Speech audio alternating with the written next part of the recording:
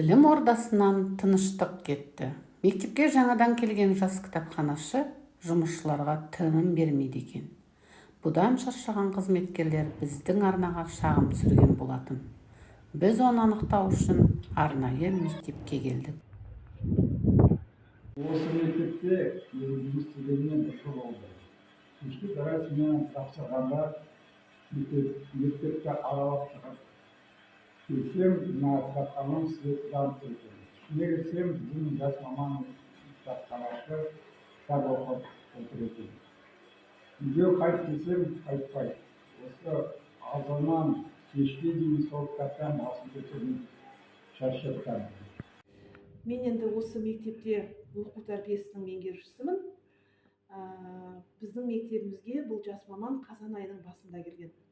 Сол қазан айының басынан келген сәтінен бастап өзі мына кітапхана қоры, оқулықтар, сол сияқты мысалы журналға жазылу деп қайта күнде бір мәселесімен менің алдымнан шықпайды. Газетке жазылайық, қабырға газетін шығарайық, не болмаса тағы да бір жұмыстарды ұйымдастырайық деп сондай бір тынымсыз адам екен. Психолог Искакова Дамикия Османовна. Біздің кабинет кітапхананың қасында орналасқан.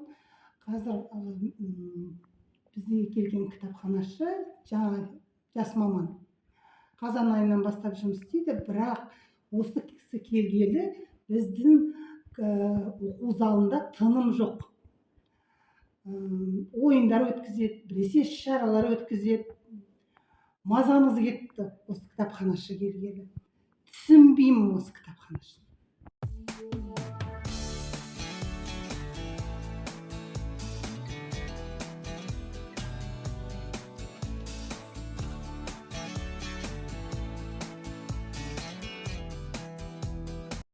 Осы болған жағдай жайында жас кітапханашының өзінен сұрап білдік.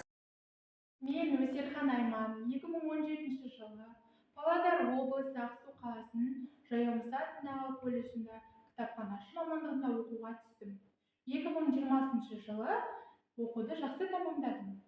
Кітапханашы болу бұл өз отбасыңнан бөлек кітап деген жаны жоқ, бірақ берері мол құралдың иесі болу. Яғни өзіңнің екінші отбасыңа айналатын орта. Мен үшін кітапханашы мамандығы өте қымбат. Алматы облысы Әл-Фараби атындағы орта мектепте 2 жыл жұмыс жасадым. Қазіргі таңда Ақсу қаласы Абай атындағы білім беру ордасында жұмыс жасаудамын. Кітапхананың оқырмандарының кітапқа деген махаббатын, кітапқа деген қызығушылығын арттыруда жұмыс істеудемін.